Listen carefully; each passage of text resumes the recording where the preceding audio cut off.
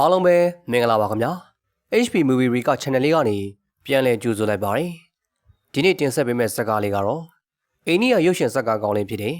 Rangatlan ဆိုတဲ့2018ကထွက်ရှိခဲ့တဲ့ဇာတ်ကားလေးပဲဖြစ်ပါတယ်ဒီဇာတ်ကားလေးမှာတော့မွေးရပါနားလေးရဲ့ချွင်းချက်ရှိပြီးတော့မဟုတ်မကန်ချစ်တီးပါဘူးသူရှိမှာမတရားတာတွေ့ရင်ဝင်ချဖို့နှခါပြန်ပြီးတော့မစင်းစားတတ်တယ်ချစ်တီးပါဘူးအဖွဲ့အစည်းဆိုတဲ့နာမည်နဲ့ရွာသားတွေကိုချင်းငွေထုတ်ချေးထားပြီးတော့အမျက်ကြီးစားခေါင်းပုံဖြတ်နေတဲ့အဖွဲ့ကိုဘယ်လိုတွေရင်ဆိုင်တိုက်ခိုက်သွားမယ်ဆိုတာကိုကြည့်ကြရအောင်လားဗျာဇလန်လေးရဲ့အစမှာတော့မွေကြိုက်ခံရတဲ့သူချစ်တီးပါဘူးဟာသူ့ကိုကြိုက်ခဲ့တဲ့မွေကိုလိုက်ရှာနေခဲ့ပါတယ်အဲ့ဒီမွေဟာမွေရောက်ဖြစ်ပြီးတော့အရှိကတော့တလန်လောက်ရှိပြီးတော့ခန္ဓာကိုယ်မှာဒဏ်ရာရှိနေတာကိုသူမှတ်မိနေပါတယ်ဒါပေမဲ့လည်းသူရှာနေတဲ့မွေကိုမတွေ့ရဘဲနဲ့အဝတ်စလေးအုပ်နေတဲ့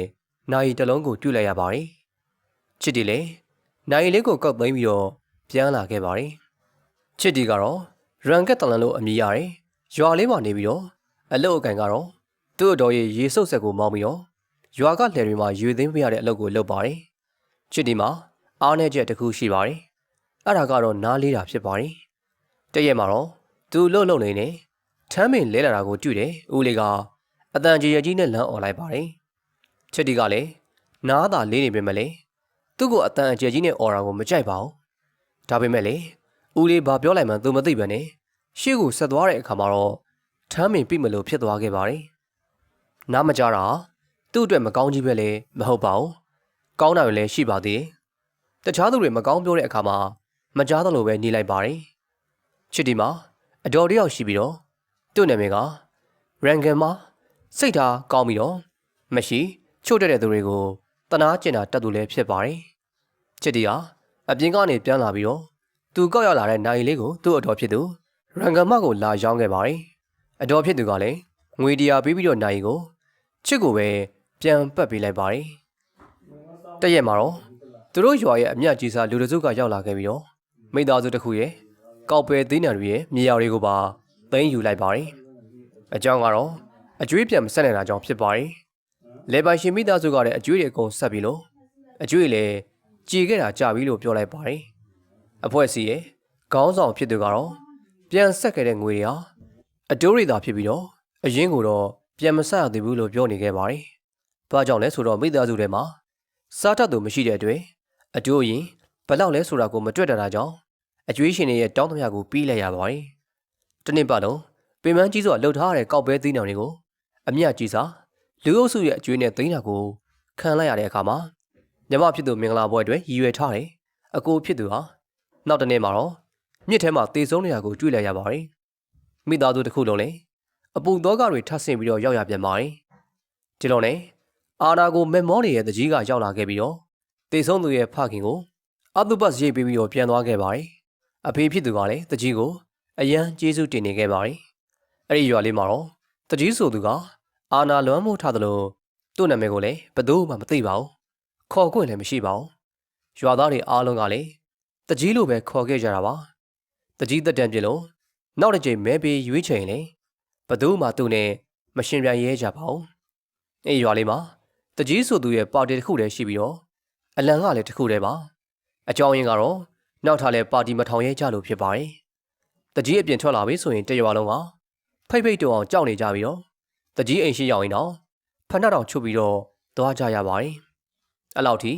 ရွာသားတွေကကြောက်ရပါတယ်တည့်ရက်မှာတော့ချစ်တီရဲ့အကိုဖြစ်သူကူမာဒူဘိုင်းကနေပြန်လာတာကိုချစ်တီကလာကြိုခဲ့ပါတယ်ဒါပေမဲ့အကိုဖြစ်သူကလက်ဆောင်ပါမလာတဲ့အတွက်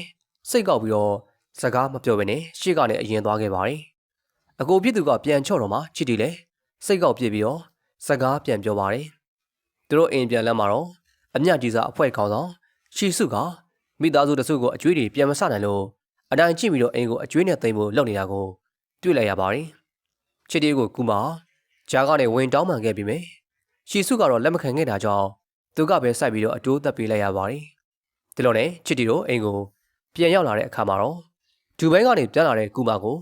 မိသားစုတွေကစီးကြိုနေခဲ့ကြပြီးတော့နှွေးထွေးတဲ့မိသားစုရဲ့အရသာလေးကိုခံစားလိုက်ရပါတယ်နောက်တစ်နေ့မှာတော့မြို့ပေါ်ကအရာရှိတူဟာ တကြီးစီကိုရောက်လာခဲ့ပြီးတော့အစိုးရကချထားပေးခဲ့တဲ့ချင်းငွေကိုလာရောက်ပေးအပ်ခဲ့ပါတယ်။တကြီးကလည်းချင်းငွေတွေကိုရွာသားတွေကိုချက်ချင်းမပေးဘဲနဲ့အရာရှိကိုလက်ဖက်ရည်နဲ့အခန့်လိုက်ပါတယ်။အဲဒီအချိန်မှာရှီစုရောက်လာခဲ့ပြီးတော့အရာရှိကိုလက်ထိုးပြီးတော့ငွေတွေကိုသူတို့ကိုလွှဲပေးခိုင်းလိုက်ပါတယ်။အဲနောက်မှာတော့အရာရှိလည်းငွေတွေကိုပေးအပ်ပြီးတော့ပြန်လာခဲ့ပါတယ်။ဒါပေမဲ့မပြန်ခင်မှာသူတောက်ခဲ့တဲ့ခွက်ကိုလည်းကိုယ်တိုင်ဆေးခိုင်းလိုက်ပါသေး။အရာရှိလည်းဒေါသထွက်ပြီးတော့ပြန်သွားခဲ့ပါတယ်။နောက်တစ်နေ့မှာတော့ချစ်တီဟာသူ့ကိုကိုက်ခဲ့တဲ့မွေကိုလိုက်ရှာနေခဲ့ပါတယ်။ချစ်တီဟာကန်ကောင်းစွာနဲ့ပဲထမ်းလက်ကိုဖဲလိုက်ချိန်မှာတော့မိမလာလေးတယောက်နဲ့တွေ့ဆုံခဲ့ပါတယ်။ဒါပေမဲ့သူတွေ့လိုက်တဲ့အချိန်ကမိမလာလေးကရင်ရှာနဲ့ရေချိုးဖို့လှုပ်နေတာဖြစ်ပါတယ်။မိမလာလေးလည်းဒေါသထွက်သွားပြီးတော့ချစ်တီကိုပြောဆိုပါတယ်။ဒါပေမဲ့ချစ်တီကနားမကြားတာကြောင့်ပြုံးပြလိုက်ပြီးတော့မိမလာလေးကိုမြင်မြင်ချင်းချစ်မိသွားတယ်ချစ်တီတယောက်ဘသူခေါ်မကြားတော့ဘဲနဲ့ပျော်နေခဲ့ပါတယ်။ဒါလို့နဲ့အကိုဖြစ်သူကူမညီဖြစ်သူချစ်တီကိုနားချနိုင်ဖို့အတွက်နှစ်ချက်ကိုဝယ်ပေးခဲ့ပါတယ်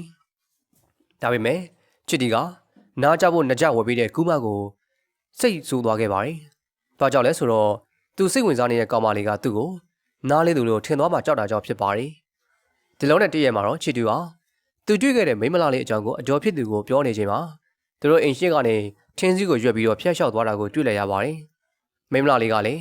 းသူ့အိမ်ရှိမှရလိုက်ပြီးတော့နောက်နေသူ့အိမ်မှာရေသွင်းဖို့ကိုပြောလိုက်ပါတယ်။ရေသွင်းကကိုမေးလိုက်တဲ့အခါမှာတော့ချစ်တီကနားမကြားတာကြောင့်အတော်ဖြစ်သူကကြားဝင်ပြီးတော့ခက်ကြဲကြဲပြောမှချစ်တီလည်းရေသွင်းကကိုထပ်ပြောလိုက်ပါတယ်။ရေသွင်းတဲ့နေ့ကိုရောက်လာတဲ့အချိန်မှာတော့ချစ်တီဟာရာခင်းထဲကိုရေသွင်းနေတဲ့ရာမလက်စမီကစပင်းလေးစီးပြီးတော့လာနေရကိုတွေ့လိုက်ရပါတယ်။ရာမလက်စမီအနားရောက်လာတော့အခါမှာတော့စကားပြောရင်နားလေးတာကိုသိသွားမှကြောက်တဲ့ချစ်တီဟာမျက်စိမိတ်ပြီးတော့လက်အုပ်ချီထားလိုက်ပါတယ်။ရာမလက်စမီအလုံးလုံးနေချိန်မှာတော့ချစ်တီကခိုးကြည့်နေခဲ့ပါတယ်။ဒီလိုနဲ့ချစ်တီလည်းနောက်တစ်နေ့မှာတော့ပွဲတော်ကိုသွားခဲ့ပြီးတော့ရာမလက်စမီကိုတွေ့တဲ့အခါမှာတော့သူရေသွင်းတော့ကလက်ကြံငွေကိုတောင်းလိုက်ပါတယ်။ရာမလက်စမီလည်းလူကြားထဲမှာအကျွေးလာတောင်းတဲ့ချစ်တီကိုပြောဆိုပြီးတော့ပိုက်ဆံကိုပြီးလိုက်ပါတယ်။ပုံငွေကိုလည်းပြန်အမ်းဖို့ဆက်ပြီးတော့ပြောလိုက်တဲ့အခါမှာတော့ကြောင်ကြည့်နေခဲ့ပါတယ်။အိမ်နောက်မှာတော့ရာမလက်စမီရဲ့ပေါ်နေတဲ့ပိုက်ခေါက်လေးကိုချစ်တီက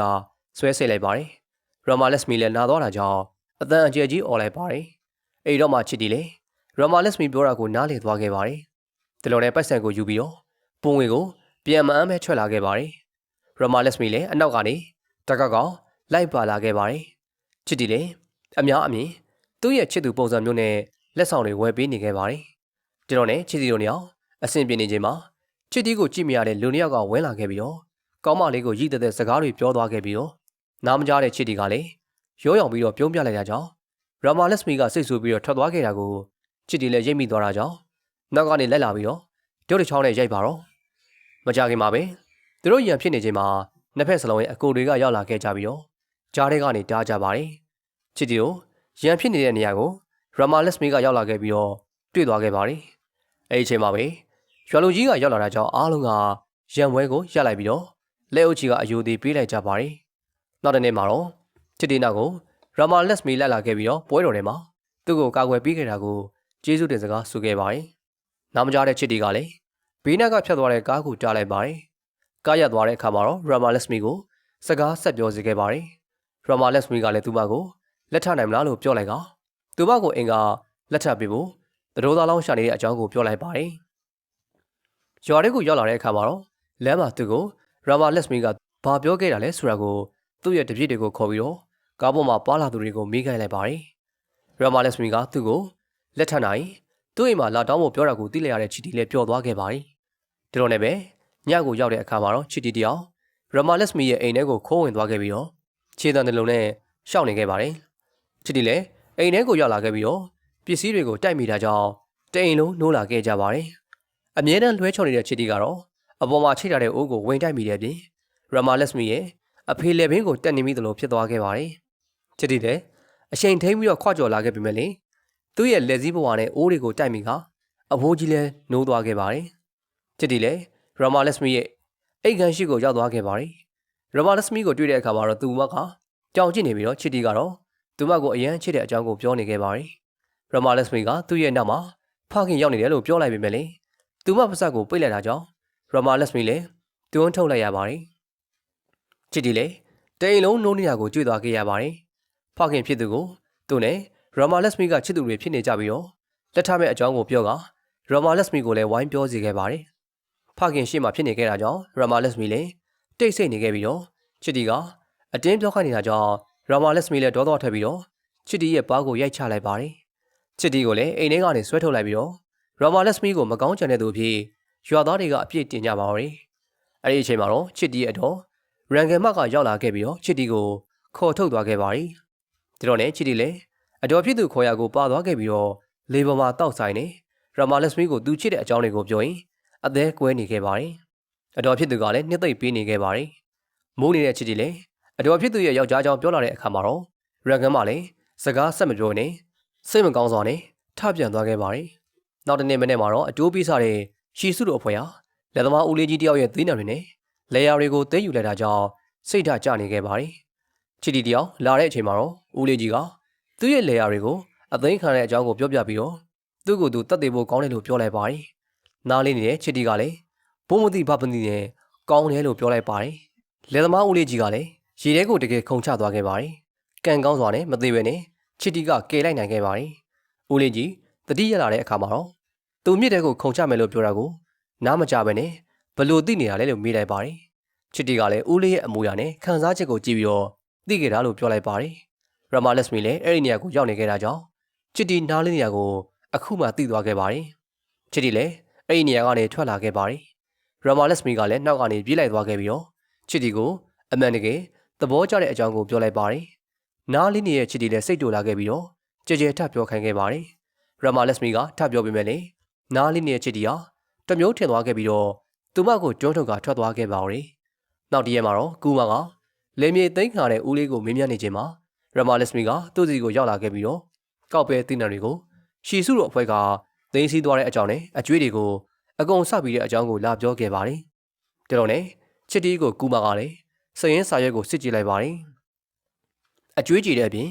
်ယူပြီးတထောင်ပိုဆောက်ထားတာကိုကြည့်လိုက်ရပါတယ်။ကူမလည်းအတိုးပေးစားတဲ့ရှီစုတို့အဖွဲ့နဲ့စရင်စစ်ကိုသွားပြခဲ့ပါတယ်။ဒါပေမဲ့စရင်စစ်ကသူတို့စီကရမာလက်စမီကငွေ2000ချိထားတဲ့တပ်သေးကန်စရင်ကိုထုတ်ပြခဲ့ပါတယ်။ရမာလက်စမီကဒေါသထွက်သွားပြီးတော့သူ1000ပဲချိခဲ့တာလို့အတန်အကျယ်ကြီးနဲ့អော်ခဲ့ပါတယ်။ကုမလည်းအဖြေမှန်ကိုသိဖို့အတွက်စရင်ကိုကြည့်ဖို့တောင်းပါတယ်။တစ်ဖက်ကလည်းမပြတ်တာကြောင့်ယုံရင်းဆန်ကဖြစ်ပြီးတော့စရင်ကန်ကောင်ကိုထိသွားခဲ့ရပါတယ်။အခုကိစ္စကိုတကြီးသိသွားတဲ့အခါမှာတော့တကြီးအိမ်မှာရွာသားတွေစုကြပြီးတော့ကုမကလည်းရှီစုဘက်ကရာမာလက်စမီနဲ့တခြားသူတွေစီကနေငွေလိမ်စားတဲ့အကြောင်းကိုတိုင်ကြားခဲ့ပါတယ်။အဲဒီခါမှာတော့တကြီးကလည်းစရင်ကန်ကိုမေးလိုက်တဲ့အခါမှာတော့စရင်ကန်ကရာမာလက်စမီချီတော့တာ2000တိတိဖြစ်ပြီးတော့စရင်ကန်ကလည်းသူမလိမ်တဲ့အကြောင်းကိုအခိုင်အမာပြောလိုက်ပါတယ်။တကြီးကလည်းရာမာလက်စမီရဲ့အဖေကိုဘယ်လောက်ချီတာလဲဆိုတာကိုထပ်မေးလိုက်ပါတယ်။ဖခင်ကမဖြေရသေးကမင်းရာမာလက်စမီကဖြေလိုက်ပါတယ်။သူမ1000နဲ့ချီထားတယ်လို့ဖြေလိုက်ပါတယ်။တကြီးကရာမာလက်စမီပြောတာကိုမယုံကြည်ပါဘူး။ရှီစုကထပ်ပြီးတော့ရာမာလက်စမီရဲ့ဖခင်ကိုထပ်မေးလိုက်ပါတယ်။လက်စမီရဲ့ဖခင်ကလည်း2000လို့ပြောပြီးတော့သူ့သမီးကိုလူကြားတွေကနေခေါ်ထုတ်သွားခဲ့ပါတယ်။အဲ့မှာတော့လက်စမီကိုကူညီခဲ့တဲ့ကုမဟာစရင်ကန်ကိုကိုထိလက်ရလှုပ်တဲ့အတွေ့တန်ကြီးအနေနဲ့ရူဘီ2000ပေးရမယ်လို့တကြီးကပြောလိုက်ပြီးတော့နှစ်ရက်အတွင်းပေးဖို့လည်းထပ်ပြီးတော့ပြောခဲ့ပါတယ်။ကုမရဲ့ဖခင်ကလည်းနှစ်ရက်အတွင်းရူဘီ2000ပေးဖို့ဆိုတာမဖြစ်နိုင်တဲ့အကြောင်းကိုတောင်းပန်ခဲ့ပါတယ်။ဒါပေမဲ့ရှီစုအဖွဲ့ကလူတွေကထလာပြီးတော့လက်ရှိလေယာတွေကိုရောင်းလိုက်လို့ပြောလိုက်ပါတယ်။ကုမရဲ့ဖခင်ကလည်းအခုလက်ရှိလေတွေနွားတွေဟာသူ့ဝင်ချွေးတာစုဆောင်ပြီးတော့ရှာထားတာပါလို့ပြောလိုက်ပါတယ်။ငွေတို့ပေးစားတဲ့အဖွဲ့ကောင်းဆောင်ရှီစုကတော့တကြီးအဖေနဲ့အိပ်ပြီးတော့ရထားတယ်ပစ္စည်းတွေမဟုတ်ဘူးလားလို့မေးလိုက်တဲ့အခါမှာတော့ကုမလည်းသိပ်ပြီးတော့မခံနိုင်တော့လို့ချီတီကိုလည်းထိမရဖြစ်လာခဲ့ပါတယ်။ဖခင်ဖြစ်သူကလည်းသားတွေရှိမှဗန်ဒန်ငွေမှာမဆောင်နိုင်ဘူးလို့ပြောလိုက်ပါတယ်။ပြီးတော့မှမျက်နှာငယ်လေးနဲ့နှောက်နေမှာစာချုပ်တွေကိုယူလာပေးမယ်လို့ပြောလိုက်ပါတယ်။အိမ်ပြန်ရောက်တဲ့အခါမှာတော့ဖခင်ဖြစ်သူကစိတ်ဓာတ်ကျပြီးတော့စားမဝင်ဖြစ်နေခဲ့ပါတယ်။ချစ်တီတယောက်ဘာမှမသိပဲနဲ့သူ့ရဲ့အဖေကတကြီးကိုပါပြန်អော်ခဲ့တာကိုကျေနပ်နေခဲ့တာပါ။လက်ဖိတ်ဆိုင်ပိုင်ရှင်သူ့အဖေရဲ့အကြောင်းကိုပြောပြီးတော့တနာနေတဲ့အကြောင်းကိုပြောပြီးတဲ့အခါမှာရိပ်မိသွားပြီးတော့သူ့တပြည့်တွေကိုအတင်းကျပ်မိခဲ့ပါတယ်။တပြည့်ဖြစ်သူကလည်းအကြောင်းစုံကိုပြောပြလိုက်တဲ့အခါမှာတော့ချစ်တီလည်းဒေါသထွက်သွားပြီးတော့ရှီစုတို့အဖွဲ့စီကိုသွားကတိုက်ခိုက်ပါပါတယ်။ချစ်တီကိုမနန်တဲ့ရှီစုတပြည့်တွေလည်းရွာထဲကိုပြေးဝင်သွားခဲ့ပါတယ်။ကြံနေခဲ့တဲ့ရှီစုကိုချစ်တီကပဲပဲနဲ့ချုရက်နေတာကိုရွာသားတွေကကြေကြေနက်နက်ကြည့်နေခဲ့ကြပါတယ်။ နောက်တစ်နေ့မှာတော့အတော်ဖြစ်သူရန်ဂန်မတ်ကရာမာလက်စမီကိုအိမ်ကိုခေါ်လာခဲ့ပါတယ်ချစ်တီကလည်းရာမာလက်စမီကိုတွေ့ချင်းဒေါသထွက်သွားပြီးတော့ပါရိုက်လိုက်ပါတယ်အခုလိုပြဿနာတွေဟာရာမာလက်စမီကြောင့်ဖြစ်ရတာလို့အပြစ်တင်ပြောဆိုလိုက်ပါတယ်ပြီးတော့ညပဲသူ့အိမ်ကိုသွားတော့ကလည်းအရှက်ခွဲခဲ့သေးတယ်လို့ပြောပြီးတော့ထွက်သွားမယ်လို့လှုပ်လိုက်ချိန်မှာတော့အတော်ဖြစ်သူရန်ဂန်မတ်ကရာမာလက်စမီကချစ်တီကိုတကယ်ချစ်တဲ့အကြောင်းချစ်တီကအထင်လွဲနေတဲ့အကြောင်းကိုပြောနေခဲ့ပါတယ်ချစ်တီကတော့အတော်ဖြစ်သူရဲ့စကားကိုမယုံကြည်တဲ့အပြင်မှာသူ့ကိုအရှက်ခွဲခဲ့တာကိုလည်းမကြည်မနှဖြစ်နေခဲ့ပါတယ်အဲ့ဒီအချိန်မှာရဲတွေကရောက်လာပြီးတော့ရှီစုတို့ကိုရိုက်တဲ့အမှုနဲ့ချစ်တီကိုဖမ်းသွားခဲ့ပါတယ်ရဲတွေဖမ်းခေါ်သွားတဲ့အခါမှာတော့ရာမာလက်စမီကချစ်တီကိုပြေးနှမ်းလိုက်ပါတယ်ချစ်တီလည်းရာမာလက်စမီကိုသူ့ကိုတကယ်ချစ်တယ်ဆိုတာကိုယုံသွားခဲ့ပြီးတော့သူမကိုရဲလက်ထဲကနေယုံထွက်ပြီးနောက်တစ်ကြိမ်ထပ်နှံလိုက်ပါတယ်ရဲစခန်းကိုရောက်တဲ့အခါမှာတော့မထီမဲ့မြင်လှုပ်တတ်တဲ့ချစ်တီကိုရဲတွေကညှဉ်းပန်းနှိပ်စက်ပါပါတယ်ကူမကရောက်လာပြီးတော့တောင်းပန်ခဲ့ပေမဲ့လည်းမရပါဘူးရဲတအူးကကူမကိုတကြီးနဲ့စခန်းမှုတော့ရင်းနှီးတာကြောင့်တကြီးစီမှာအကူအညီတောင်းဖို့အကြံပေးခဲ့ပါတယ်တကြီးစီကိုသွားတဲ့အခါမှာတော့သူ့ညီကိစ္စကိုကူညီပေးဖို့တောင်းဆိုခဲ့ပေမဲ့လည်းတကြီးကတော့လက်မခံခဲ့ပါဘူးတကြီးကလူတွေကိုတော့ပါးစပ်နဲ့ပြောရင်ရပေမဲ့လည်းအသိဉာဏ်နဲ့တိရစ္ဆာန်တွေကိုတော့ရိုက်နေပြီးတော့စိုးမရမှာလို့ပြောလိုက်ပါတယ်ဒါကြောင့်မင်းညီကိုတော့နောက်မလို့ရအောင်ထားမရမယ်လို့ပြောလိုက်ပါတယ်ဒီတော့နဲ့တကြီးစီကအကူအညီမရတဲ့ကူမသူ့ညီချစ်တီကိုငွေထုတ်ပေးခဲ့လိုက်ပြီးတော့သူတို့နေရာဟာနေရာတစ်ခုကိုသွားခဲ့ကြပါတယ်အဲ့ဒီနေရာကတော့အစိုးရရုံးတနေရာဖြစ်ပြီးတော့တကြီးအဖြစ်ဝင်ရွေးခံဖို့ကူမကဝင်ပြောလိုက်ပါတယ်ပြီးတော့သူတို့ရဲ့ရွာနာမည်ကိုပြောလိုက်တဲ့အခါမှာတော့ရုံးစီးကအံ့ဩသွားခဲ့ရပါတယ်စေးလေအရာရှိစီကိုသွားခဲ့ပြီးတော့အရာရှိကလည်းရွာရဲ့တကြီးနေရာကိုပြောင်းလဲချင်နေခဲ့တာကြာပါပြီရွာကိုပြန်ရောက်လာတဲ့အခါမှာတော့ချစ်တီနဲ့ကူမတို့ဟာတကြီးရဲ့အိမ်ထဲကိုဖနှစီးလာခဲ့ကြပြီးတော့တကြီးကိုစိန်ခေါ်ခဲ့လိုက်ပါတယ်တကြီးလုံနေတဲ့တက်တန်းတစ်ချောင်းလုံးရွာသားတွေကပြဿနာပေါင်းစုံနဲ့ကြုံနေရပြီးတော့ရွာကိုအကျိုးမပြုသလိုရှီစုအဖွဲ့ကြောင့်ရွာမှာကိုတတ်သေးသူတွေမနှဲတဲ့အကြောင်းကိုရွာသားတွေကလည်းတယောက်မှမပြောရတဲ့အကြောင်းတွေကိုပြောပြီးတော့သူကိုယ်တိုင်ဓာတ်တွေကိုပြောင်းလဲပြစ်မယ်လို့ပြောလိုက်ပါတယ်ချစ်တီကပြန်ကနေမှာတော့တကြီးရဲ့နာမည်အရင်ကမှခေါ်လိုက်တာကြောင့်အားလုံးကအံ့ဩနေကြပါတယ်ချစ်တီတို့ညီကိုနှစ်ယောက်လှုပ်ရက်တွေဟာတကြီးရဲ့မျက်နှာကိုလက်သေးနဲ့ဆွဲထိုးလိုက်တယ်လို့ခံစားလိုက်ရပါတယ်နောက်ပြီးတော့လည်းချစ်တီကတကြီးဆိုတာလေတာမန်လူတရားပါ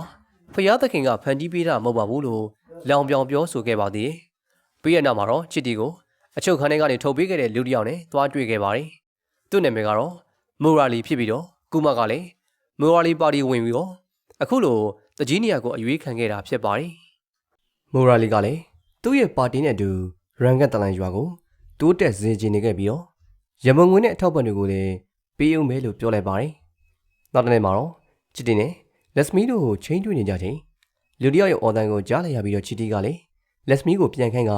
အတန်လာရကိုလိုက်ကြည့်ပါတယ်ချစ်တီကအယူအဖိုးကြီးနဲ့တွေ့သွားခဲ့ပြီးတော့စိတ်မနှက်တဲ့အဖိုးကြီးကချစ်တီကိုရန်ကန်တလန်ရွာရဲ့တကြီးအဖြစ်နဲ့ဝင်ရွေးတဲ့အကိုဖြစ်သူကိုဂယုစိုက်ပြီးတော့စောက်ရှောက်သွားဖို့ကိုမှာသွားခဲ့ပါတယ်။ဘာကြောင့်လဲဆိုတော့ဝင်ရွေးတဲ့သူတိုင်းကအသက်ခံသူများလို့ဖြစ်ပါတယ်။ညောက်တဲ့အခါမှာတော့ကူမကလည်းကောင်းမလေးနဲ့သွားချင်းတွေ့နေတာဖြစ်ပြီးတော့ကောင်းမလေးကတကြီးအဖြစ်ဝင်ပြန်တာကိုသဘောမကျဖြစ်နေခဲ့ပါတယ်။ဘာဖြစ်လို့လဲဆိုတော့သူတို့နေရာချစ်သူတွေစဖြစ်ခြင်းကကူမကအလုပ်တစ်ခုခုရရင်တခြားတနေရာမှာအေးချမ်းသွားရအောင်နေထိုင်မယ်လို့ဂတိပေးထားလို့ဖြစ်ပါတယ်။အဲ့လိုနဲ့ပဲချစ်တီကလည်းသူ့ကိုနောက်ကိုလိုက်လာခဲ့ပြီးတော့ညနေခင်းက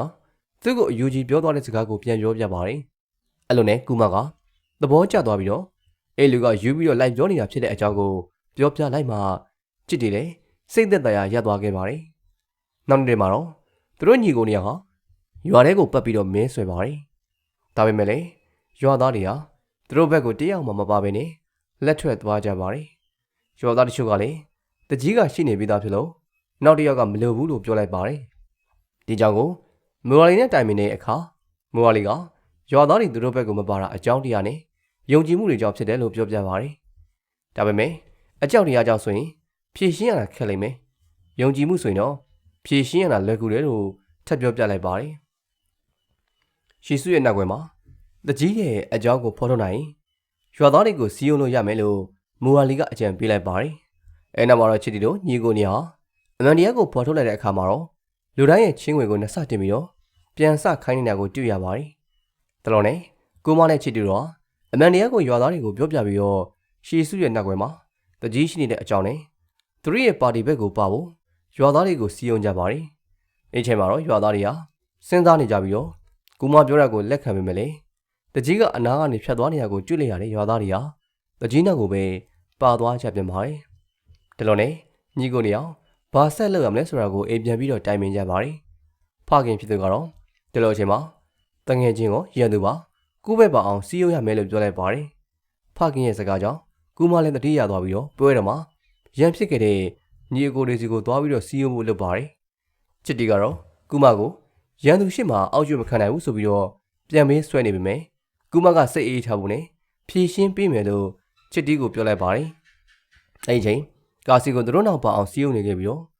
သူ့ရဲ့ညီကရန်ပွဲဖြစ်တာမကြသေးတာဖြစ်ပြီးတော့အခုလိုလာ၍ပြောနေခဲ့ပါတယ်။ဒါပေမဲ့လည်းအကိုဖြစ်သူကာစီကတော့ကူမဘက်ကနေပါဝင်မယ်လို့ပြောလိုက်ပါတယ်။ဘာကြောင့်လဲဆိုတော့အတိုးပေးစားတယ်ရှီစုတို့အဖွဲ့ကိုဘယ်သူမှပြန်မလန့်ရဲကြပေမဲ့လေချစ်တီတို့ကလိုက်ရရဲတဲ့တတိကိုဂုံပြူတဲ့အနေနဲ့ပါခဲ့တာပါ။ဒီလိုနဲ့ညီဖြစ်သူချစ်တီစီကိုခေါ်သွားခဲ့ပြီးတော့မိတ်ဆွေတွေဖြစ်သွားခဲ့ကြပါတယ်။တဖြည်းဖြည်းရွာသားတွေစီးရုံးလာခဲ့ရင်သူတို့ဘက်မှာလည်းအတော်လေးကိုလူတွေရလာခဲ့ပြီးဖြစ်ပါတယ်။တစ်ဖက်မှာတော့ချစ်တီရဲ့ချစ်သူလက်စမီကမင်္ဂလာပွဲကိုဖခင်ရဲ့အစီအစဉ်နဲ့ကျင်းပနေပြီးတော့ဒီသတင်းကိုချစ်တီကကြားတဲ့အချိန်မှာတော့ရောက်လာခဲ့ပါတယ်။ချစ်တီကလက်စမီနဲ့သူကချစ်သူတွေဖြစ်ကြပြီးတော့သူနဲ့ပဲလက်ထပ်ပြီးဖို့လက်စမီရဲ့ဖခင်ကိုပြောနေခဲ့ပါတယ်။အဲဒီချိန်ချစ်တီတော်ရောက်လာပြီးတော့လက်စမီရဲ့အဖေတကြီးကိုတော်လနေတဲ့သူတယောက်နဲ့ဘလုံးမှလက်မထပ်ပြီးရသလိုတကြီးကိုရှင်းပြရအောင်အားလုံးကဇက်သိမ်းမလှတဲ့အကြောင်းကိုချစ်တီကိုပြောပြပါတယ်။ချစ်တီလည်းဒေါသထွက်ပြီးတော့လက်စမီရဲ့အိမ်ကနေထွက်လာခဲ့ပါတယ်။ညောက်တဲ့အခါမှာတော့ချစ်တီဟာမူယူစားတော့လာပြီးတော့သူ့အတော်ရဲ့အိမ်ရှိမှတောင်းကြနေခဲ့ပြီးတော့အတော်ဖြစ်သူကိုလည်းတကြီးနဲ့ကြံရပါတယ်လို့ပြောနေခဲ့တာပါ။အတော်ဖြစ်သူကလည်းချစ်တီကိုအိမ်ထဲကိုခေါ်ခဲ့လိုက်ပြီးတော့အတော်ဖြစ်သူကတကြီးနဲ့ရှင်တဲ့သူတွေကဇက်သိမ်းမလှသလိုသူ့မိသားစုဝင်တွေကိုအဲ့လိုမဖြစ်စေချင်ဘူးလို့ပြောလိုက်ပါတယ်။ရှေ့မှာကိုသေချောင်းကြံပြီးတော့သေဆုံးသွားတဲ့သူတွေကလည်းတကြီးရဲ့လက်ချက်ကြောင့်ဖြစ်ပြီးတော့မကြသေးခင်ကမြစ်ထဲမှာရင်းနှင်းတင်သွားတဲ့သူဟာတကြီးအိမ်ရှိမှတကြီးကိုစင်ခေါ်ခဲ့လို့တကြီးရဲ့တပ်ဖြတ်မှုကိုခံလိုက်ရတာပဲဖြစ်ပါတယ်။ချစ်တီရဲ့အတော်ဖြစ်သူခင်မုန်းကလည်းအခုလိုကိစ္စတွေကြောင့်ဒူဘိန်းကနေပြန်လာရင်တကြီးနဲ့ပြန်ပြီးတော့အရွေးခံမှုပြောခဲ့ပါတယ်။အဲ့လိုနဲ့သူပြန်လာတဲ့နေ့မှာတော့လမ်းကနေဖြတ်ပြီးတော့လုတ်ကြံတပ်ဖြတ်မှုကိုခံလိုက်ရတာပဲဖြစ်ပါတယ်။ခင်မုန်းတဲ့သေးတဲ့ကိစ္စကိုအတော်ဖြစ်သူကမသိခဲ့ရပါဘူး။တနေ့မှာချစ်တီကောက်လာတဲ့နိုင်ဟာသူခင်မုန်းရဲ့နိုင်ဖြစ်နေပြီးတော့အသက်ခါနဲ့ဖြစ်တဲ့အကြောင်းကိုပြောပြခဲ့ပါတယ်။အတော်ပြောပြတဲ့အခါမှာတော့ချစ်တီတယောက်တုံးလုံးသွားခဲ့ပြီးတော့အကိုဖြစ်သူကူမကိုတတိရသွားခဲ့ပါတယ်။တလုံးနဲ့အယူကြီးတတိပြီးခဲ့တဲ့စကားကိုပြန်ကြောက်နေခဲ့ပြီးတော့စိတ်တွေခြောက်ခြားနေခဲ့ပါတယ်။ဒီလိုနဲ့နောက်တစ်နေ့မှာတော့ပါတီကောင်ဆောင်မိုရာလီလာမှာဖြစ်တဲ့အတွက်ကြိုဆိုဖို့အကိုဖြစ်သူကစီစဉ်နေခဲ့ပြီးတော့ချစ်တီကလည်းအကိုဖြစ်သူရဲ့လုံခြုံရေးကိုအထူးကူးဆိုင်ခဲ့ပါတယ်။ချစ်တီလည်းလက်နဲ့ရှိသူတိုင်းကိုတတိထားနေခဲ့ပြီးတော့မကြခင်မှာပါတီကောင်ဆောင်မိုရာလီရောက်လာခဲ့ပါတယ်။အဲ့လိုနဲ့မိုရာလီဟာရွာသားတွေကိုမိကွန်းပြောနေခြင်းမှာချစ်တီကတော့အကိုရဲ့လုံခြုံရေးအတွက်မသင်္ကာသူတွေကိုလိုက်လံမောင်းထုတ်နေခဲ့ပါတယ်။အဲ့ဒီချိန်မှာတော့လူတယောက်ဟာတကောက်တစ်ခုကိုကင်နေတာကိုတွေ့ရပြီးတော့အဲ့ဒီလုံးကိုမှကင်ထမ်းတာကိုတွေ့လိုက်ရပါတယ်။အဲ့လူကစင်မြင့်ဘက်ကိုရှောင်သွားနေတာကိုမြင်လိုက်ရပါတယ်။ချစ်တီလည်းအနောက်ကနေလိုက်သွားခဲ့ပါတယ်။အဲ့လူစင်မော်ကိုရောက်တဲ့အခါမှာတော့ချစ်တီကပြေးတက်လိုက်ပါတယ်။အမှန်တကယ်တော့အဲ့ထဲကကော်ဖီဘူးဖြစ်နေခဲ့ပြီးတော့မွာလီကိုတိုင်ယူလာခိုင်းခဲ့တာဖြစ်ပါတယ်။ချစ်တီရဲ့လောက်ရကြောင်းကူမလည်းညီဖြစ်သူကိုစားတောင်းပန်ခဲ့ရပါတယ်။ဒါပေမဲ့လည်းမွာလီကချစ်တီကိုဒီလောက်ကိစ္စလေးကိုကြောက်နေခင်ရှေ့ဆက်ရမယ့်လမ်းစဉ်တွေဘယ်လိုလုပ်မလဲဆိုပြီးတော့ပြောပြီးတော့စင်မောကနေဆင်းသွားခဲ့ပါတယ်။ဒါတော့နဲ့ပါတီကောင်းဆောင်မွာလီပြန်သွားတဲ့အခါမှာတော့ကူမကညီဖြစ်သူချစ်တီကိုစီယုံရင်နဲ့ပတ်သက်တဲ့ကိစ္စတွေကိုဘာမှဝင်မပါဘူးနဲ့ချစ်တီရဲ့တာဝန်တွေကိုလည်းကာစီကိုလွှဲပေးလိုက်ပြီးတော့ညီဖြစ်သူချစ်တီကိုပြောလိုက်ပါတယ်။ဒီလိုနဲ့ချစ်တီလည်းအကိုဖြစ်သူကိုစိတ်ဆိုးပြီးတော့အိမ်ပြန်လာခဲ့ပါတယ်။အိမ်ရောက်တဲ့အခါမှာတော့ဖခင်ဖြစ်သူကအကိုဖြစ်သူကူမပါဘူးလားလို့မိတဲ့အခါမှာတော့ချစ်တီကဒေါသပိုထွက်သွားခဲ့ပါတယ်။မနေ့မိုးလင်းတဲ့အထိအကိုဖြစ်သူကိုချစ်တီကဒေါသမပြေသေးပါဘူး။ဒီချိန်မှာချစ်တီရဲ့တပြည့်ဖြစ်သူကအရေးတကြီးအဖွဲ့တွေကနှုတ်ထွက်သွားတဲ့အကြောင်းကိုလာပြောပါတယ်။အကြောင်းရင်းကိုသိဖို့ကူမကနောက်ကနေလိုက်လာပြီးတော့မိတဲ့အခါမှာတော့ကာစီကကူမတို့အဖွဲ့ဟာလူလိမ်တွေဖြစ်ပြီးတော့တကြီးစီကငွေကိုချစ်တီကလက်ခံလိုက်တယ်လို့ပြောလိုက်တာကိုကြားလိုက်ရပါတယ်။ကူမကတော့အခုကိစ္စကိုညီဖြစ်သူကိုချစ်သူကိုသူကိုယ်တိုင်မိမယ်လို့ပြောကအားလုံးကိုချစ်တီစီကိုခေါ်သွားပါတယ်။ချစ်တီစီကိုရောက်တဲ့အခါမှာတော့ တကြီးစီကငွေတွေကိုလက်ခံထားလို့မေးတဲ့အခါမှာတော့ချစ်တီကမကြားသလိုနေတဲ့အခါမှာတော့ကူမကအနည်းငယ်မှရှိတဲ့တာနဲ့သူ့ရဲ့လက်ဘင်းကိုထောက်ပြီးတော့အဆုံးစီမှုလုပ်တဲ့အခါမှာတော့ချစ်တီလည်းထိတ်လန့်ပြီးတော့သူငွေတွေကိုလက်ခံခဲ့တဲ့အကြောင်းကိုပြန်ပြောပါတယ်။အခုဖြစ်သူကူမနဲ့ရွာသားတွေဟာချစ်တီကိုစိတ်ဆိုးသွားကြပြီးတော့မိခင်ဖြစ်သူကလည်းကြောခိုင်းကလက်ထွက်သွားပြီးတော့ဖခင်ဖြစ်သူကလည်း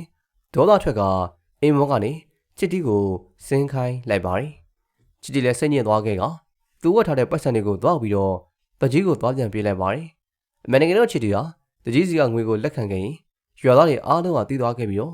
အကိုဖြစ်သူကပါတီကနေနှုတ်ထွက်သွားမယ်လို့ထင်ခဲ့တာပါ။အခုတော့ဒီကိစ္စတွေအကိုဖြစ်သူကသူ့လေပင်ကိုဖြတ်နေလောက်တဲ့အထိပါတီထဲမှာစိတ်အားထက်သန်နေတာကိုတွေ့လိုက်ရပါတယ်။ချစ်တီဟာ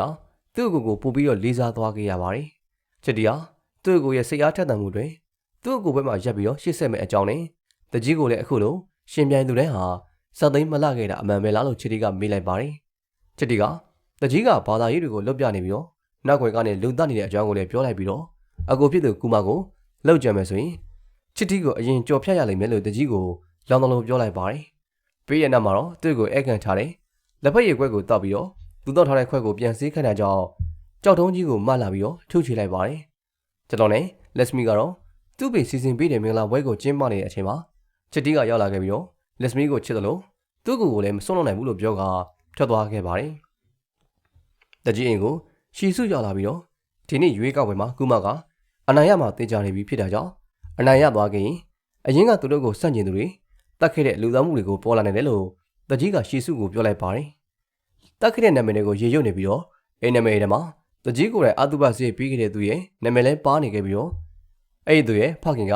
တကြီးရဲ့အိမ်မှာအစီအကံဖြစ်လာလောက်နေခဲ့တာဖြစ်ပြီးတော့သူတို့တတိထားနေခြင်းမှာတေသူရဲ့ဖခင်ကအကုန်ကြားသွားခဲ့ပြီးတော့ဝမ်းနေစာနဲ့အိမ်ထဲကနေထွက်သွားခဲ့ပါတယ်။အဲဒါကိုရိပ်မိသွားတဲ့တကြီးကသူ့ဘေးနာကရှီစုကိုဒေါသထွက်ပြီးတော့လက်ထက်ကအိုးနဲ့အချက်ပေါင်းများစွာထူးချလိုက်ပါတယ်။ညဘက်ရောက်တဲ့အခါမှာတော့ချစ်တီကအပြင်ကနေစပိန်နဲ့ပြန်လာတာကိုတွေ့ရပြီးတော့ဥမကချော့ခေါ်နေခဲ့ပါတယ်။အဲ့ချိန်မှာချစ်တီကလက်စမီကိုအိမ်ကိုခေါ်လာခဲ့ပြီးတော့သူနဲ့လက်ထပ်မဲ့မိန်းကလေးဖြစ်တဲ့အကြောင်းကိုမိသားစုရှေ့မှာပြလိုက်ပါတယ်။ပြီးရနောက်မှာတော့မိသားစုတွေကညစာစားဖို့လောက်လိုက်ကြပြီးတော့လက်စမီကိုလည်းနှွေးထွေးစွာကြိုးဆိုကြပါတယ်။အားလုံးထမင်းစားနေချိန်မှာချစ်တီရဲ့တပြစ်တွေဟာခါလဲလို့အပြင်လျှောက်လေကြဖို့လားခေါ်ကြပါတယ်။ချစ်တီကလည်းလက်စမီနဲ့အားလုံးကိုခွင့်တောင်းပြီးတော့လိုက်သွားခဲ့ပါတယ်။ချစ်တီတို့ကကတ်ခုံနေရတော့မှလူတယောက်ကအစားအစာတွေအများကြီးကိုယူသွားတာကိုတွေ့လိုက်ရပြီးတော့မသိင်ကချစ်တီတပြစ်တွေကချစ်တီကိုလာပြောကြပါတယ်။သူလည်းချစ်တီကအဲ့လူရဲ့နောက်ကိုလိုက်လာခဲ့ပြီးတော့လူတစုကိုပါတွေ့ရပါတယ်။လူစိမ်းဖြစ်နေတာကြောင့်ဘာလာလောက်တာလဲလို့မေးလိုက်ပါတယ်။လူစိမ်းတွေကလည်းသူတို့ကကျဲခွန်သမားတွေဖြစ်တဲ့အကြောင်းကိုပြောကြပါတယ်။ချစ်တီကဒီလူတွေကသူ့ကိုအခုမှတွေ့ဖို့ပြီးဘာကြောင့်အော်ပြောနေရလဲလို့တွေးကသူနားမကြတဲ့အကြောင်းကိုသိထားပုံရတယ်လို့ပြောနေခဲ့ပြီးတော့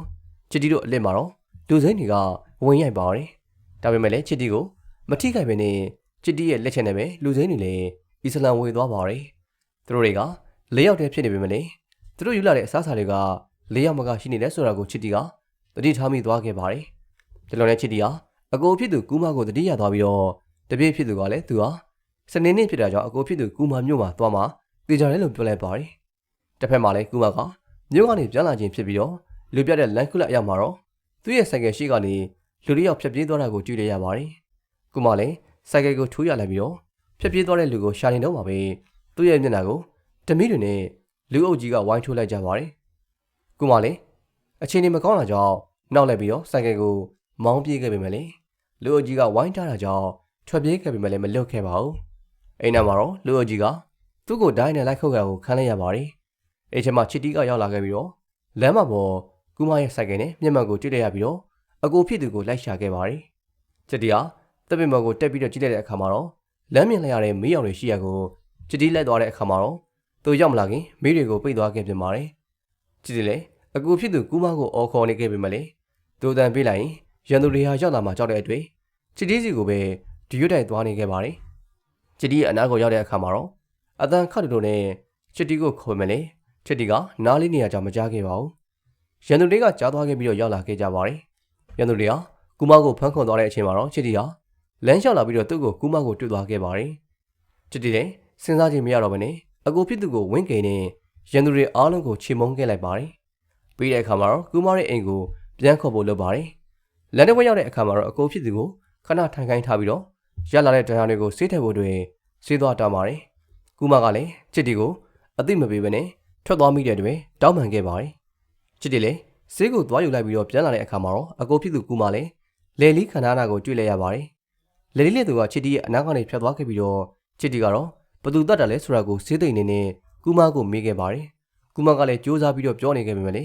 ချစ်တီကနားလည်နေရကြောင်းမကြားခဲ့ပါဘူးဒီလိုနဲ့ပဲအချိန်ခဏအကြာမှာတော့အကိုဖြစ်သူကူမာလည်းသေဆုံးသွားခဲ့ရပြီးတော့ချစ်တီလည်းဝမ်းနဲ့ကြေကိုရက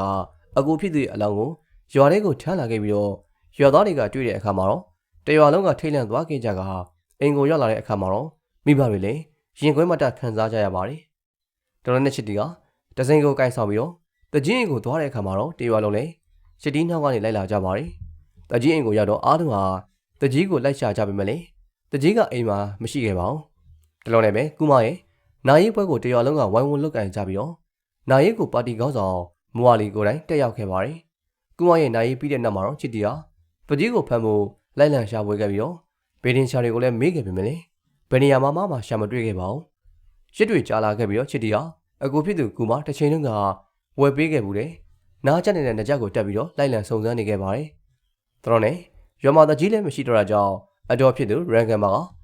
ကရွာသားတွေကဗဂျီးနီးယားကိုခန့်အားလိုက်ကြပါတယ်။အတော်ဖြစ်သူလည်းခင်မုန်းတဲ့ဖြစ်ချင်ခဲ့တဲ့ဆန္ဒကိုအကောင့်ထဲဖော်ခဲ့ပါတယ်။တကြီးတင်မြောက်ပွဲကိုတီးဝိုင်းနဲ့ကျင်းပနေခဲ့ပြီးတော့တချင်းစုံနေတဲ့သူရဲ့ပါဇက်လက်ပုံကအကူဖြစ်သူရဲ့ပါဇက်လက်ပုံနဲ့တူနေတာကိုတတိထောက်မိတော့ပါတယ်။ဒီလူရဲ့ပြောပုံဆိုနေပုံကကူမမသိခင်ကပြောစနေတာကိုတတိထားလိုက်မိပြီးတော့စကားရဲ့အတန်တွေကစရီမန်နာနာဖြစ်ပါတယ်။ချစ်တီလည်းတခုကိုရိပ်မိသွားခဲ့ပြီးတော့အားချင်းပဲမူဝါလီဂျီကိုဖုံးဆက်လိုက်ပါတယ်။ဖုံးကဆက်မရတာကြောင့်ချစ်တီလည်းစပိန်စီကမူဝါလီဂျီကိုလိုက်သွားခဲ့ပါတယ်။လမ်းမှာကားတစ်စီးရင်တိုက်မှုဖြစ်သွားတာကိုတွေ့လိုက်ရပါတယ်။ကားထဲမှာတော့မူဝါလီပါလာခဲ့ပြီးတော့အပြင်းထန်ထန်ရသွားခဲ့ပါတယ်။ချစ်တီလည်းဆေးရုံကိုအချိန်မီပို့ပေးလိုက်ကစိုးရင်တကြီးနဲ့စောင့်ဆိုင်နေခဲ့ပါတယ်။ချစ်တီလည်းမူဝါလီသေဆုံးသွားမှကိုမလိုလားတာကြောင့်နေ့စဉ်ရက်ဆက်ခြေဆုပ်လက်နဲ့ပြုစုပေးခဲ့ပါတယ်။အချိန်အတော်ကြာတဲ့အထိမူဝါလီဟာတတိပြန်မလည်လာခဲ့ပါဘူး။အချိန်တွေကကြာလာခဲ့ပြီမလဲချစ်တီကမူဝါလီကိုပြုစုဆောက်ရှောက်နေသေးပါပဲ။မိသားစုတွေကချစ်တီကိုထမင်းလာဖို့တိုင်းအင်ကိုပြန်ခေါ်နေပေမဲ့လေချစ်တီကတော့မူဝါလီကိုပဲပြုစုဖို့ဆောက်ရှောက်ဖို့ဆုံးဖြတ်ထားတာဖြစ်ပါတယ်။တနေ့မှာတော့မူဝါလီကိုပြုစုနေနဲ့တတိရလာတာကိုတွေ့ရပြီးတော့ရှောင်းကိုအပြေးသွားခေါ်ပါတယ်။မူဝါလီကမျက်လုံးပွင့်လာပြီမလဲဘာစကားမှမပြောနိုင်သေးပါဘူး။ရှောင်းနဲ့မိသားစုတွေကအပြေးရောက်လာကြပြီးတော့အဲဒီအချိန်မှာတော့မူဝါလီကတတိပြောင်းဝင်လာတာကိုတွေ့လိုက်ရပါတယ်။ချစ်တီလည်းဝမ်းသာနေခဲ့ရပြီးတော့ရှောင်းကနောက်ထပ်2လနေမူဝါလီက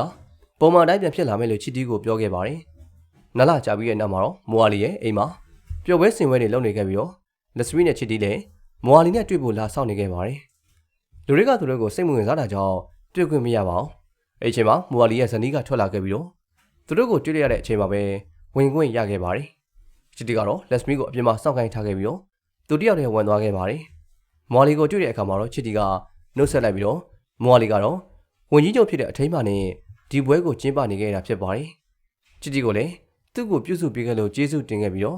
့ချစ်တီလိုချင်တာကိုပြောပါ။ဘာမဆိုလုပ်ပေးမယ်လို့မူဝါလီကပြောလိုက်ပါတယ်။ချစ်တီကသူ့မှာအရေးကြီးတဲ့စကားပြောကြရှိပြီးတော့နှစ်ယောက်တည်းပြောချင်တယ်လို့ပြောလိုက်ပါတယ်။မူဝါလီအားလုံးကိုအပြင်ထွက်ခိုင်းလိုက်ပြီးတော့ချစ်တီကိုပြောစီခဲ့ပါတယ်။ချစ်တီကလည်းမပြောခင်မှာလက်ဆောင်ကိုထုတ်ပေးလိုက်ပြီးတော့မူဝါလီက